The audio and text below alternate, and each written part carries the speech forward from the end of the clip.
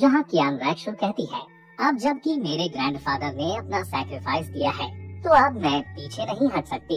और तभी angel God की आवाज आती है और वो कहती है, कियान रैक्शो तुम मेरी एक्सपेक्टेशन पर खरी उतरी हो जितनी मुझे तुमसे उम्मीद नहीं थी।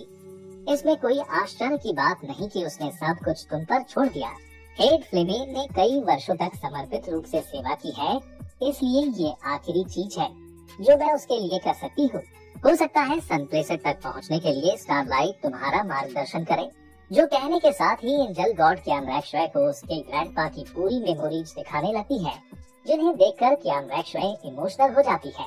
और तभी कियान रैक्शो के हाथ में उसके ग्रैंडफादर का जो फेदर होता है वो जमीन पर गिर जाता है और फिर हमें कियान डोलियो की रियल स्टोरी दिखाई जाती है, जहाँ वो और तांगचिन सी गॉड आइलैंड पर होते हैं, जहाँ इन दोनों को ही बोसैक्सी पसंद होती है। पर ये जैसा कि हम सभी को पहले ही पता है, बोसैक्सी कियान डोलियो को बिल्कुल भी भाव नहीं देती है, क्योंकि उसे तो तांगचिन पसंद होता है। इसके अगले सीन में तांगचिन प्रैक्टिस कर रहा होता है और बोसैक्सी उसे देख रही होती है और मुस्कुरा रही होती है, जो देखकर कियान डोलियो जेलस फील करता है और फिर अकेले में कहता है, तांगचिन तुम ही यहाँ एकमात्र मेरे प्रतिद्वंदी हो। ऐसा लगता है कि हम अभी हार जीत का निर्धारण नहीं कर सकते, क्योंकि तुम मुझसे ज्यादा पावरफुल हो, लेकिन एक दिन मैं तुम्हें जरूर हराऊंगा। भले ही मैं ये जिंदा रहते नहीं कर सकता, लेकिन मेरा भी यकीन है कि ये मेरे लिए होगा। अब कियान रैक्शो ये सब देखकर समझ जाती है और कहती है, लगता है एंजल ट्राइब और हाउ कियान ट्राइब शुरू से एक दूसरे के अपोजिट थे। तब से ग्रैंडपा पहले से ही अपने भाग्य को जानते थे। ये सब सोचकर कियान रैक्शो तांगसेन से कहती है, तांगसेन एक दिन मैं तुमसे इन सब का बदला लूंगी। इसके साथ ही हमारा सीन जाता है जंगल में तांगसेन पर, जो कहता है कि गॉड का एक एग्जाम को पास करना है तो मुझे अपनी दोनों गार्डियन स्पिरिट्स को 9 स्पिरिट रिंग लेवल तक ट्रेन करना होगा और deep sea demon whale king को मारने के लिए सभी स्पिरिट बोन्स को इकट्ठा करना होगा। अभी हाउतियान हैमर गार्डियन स्पिरिट में पहले से ही 3 स्पिरिट रिंग है। इस जर्नी के दौरान मुझे इनकी संख्या बढ़ाकर 8 तक करनी होगी। Deep sea demon whale king को मारने के बाद उसकी स्पिरिट रिंग और स्पिरिट बोन मेरी स्ट्रेंथ को कई गुना बढ़ा देगी, जिससे वुहान एम्पायर से लड़ने में और भी कॉन्फिडेंस आएगा।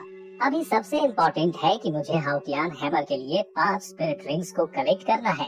अब तांगसेन जंगल में आगे बढ़ने लगता है।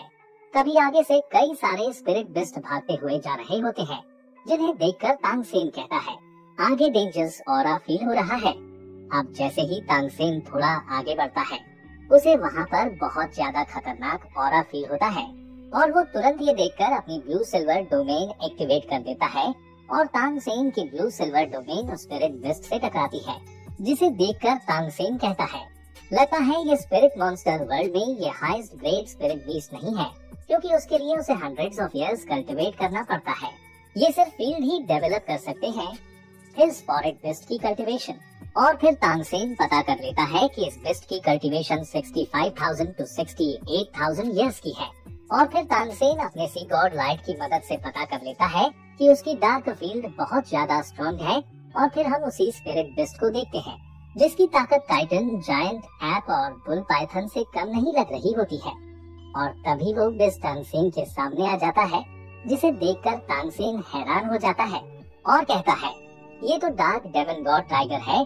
और यहाँ सीन कट होता है और अगले सीन में हम कियान रैक्शो को देखते हैं, जो किसी गॉड आइलैंड पर आगे की स्टोरी देखती है, जहाँ किस तरह से बोसैक्सी की शर्त को जीतने और उसे हासिल करने के लिए तांगचेन गॉड बनने की जर्नी पर निकल गया था। जिसे जाता देख बोसैक्सी बहुत ज्यादा उदास थी और तांगचेन को जाता देखकर कियान डोलियो कहता है वो कितना मूर्ख है, और फिर बोलता है बोसैक्सी ने मुझे गॉड लेवल से एक लेवल कम होने के कारण रिजेक्ट कर दिया और तांगचेन को सीरियसली लिया।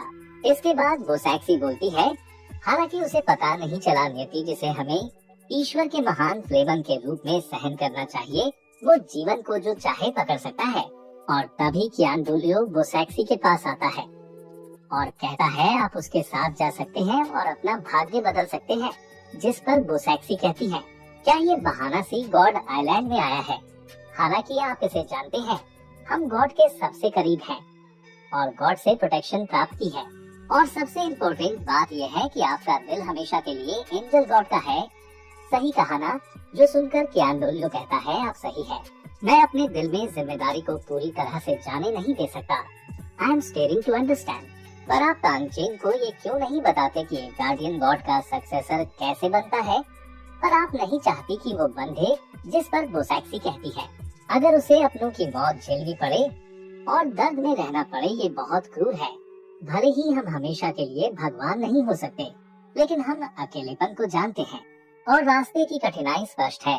जिस पर कियान डोलियो बोलता है, शायद अगर एक दिन मैं गॉड बनने के लिए उत्तराधिकारी चुनता हूँ, तो मैं आशा और उम्मीद करूंगा कि वो इसे समझे और खुद पर ब्लेम न करे।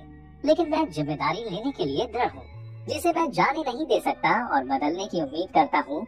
ये कहकर कियान डोलियो यहाँ से जाने लगता है और कियान रैक्शो ये सब देखकर फूट फूट कर रोने लगती है और फिर कहती है, ग्रैंडपा आप आराम करें, मैं निश्चित रूप से आपकी इच्छा पूरी करूंगी, जिसके लिए मैं कड़ी मेहनत करूंगी और मैं दुनिया में सबसे पावरफुल बनूंगी और तांगचेन को हरा दूंगी। अगर वो मर चुका है तो उसके वंशज एंजल गॉड की स्वॉर्ड से हारेंगे। और कहने के साथ ही आज का हमारा ये एपिसोड यहीं पर खत्म होता है।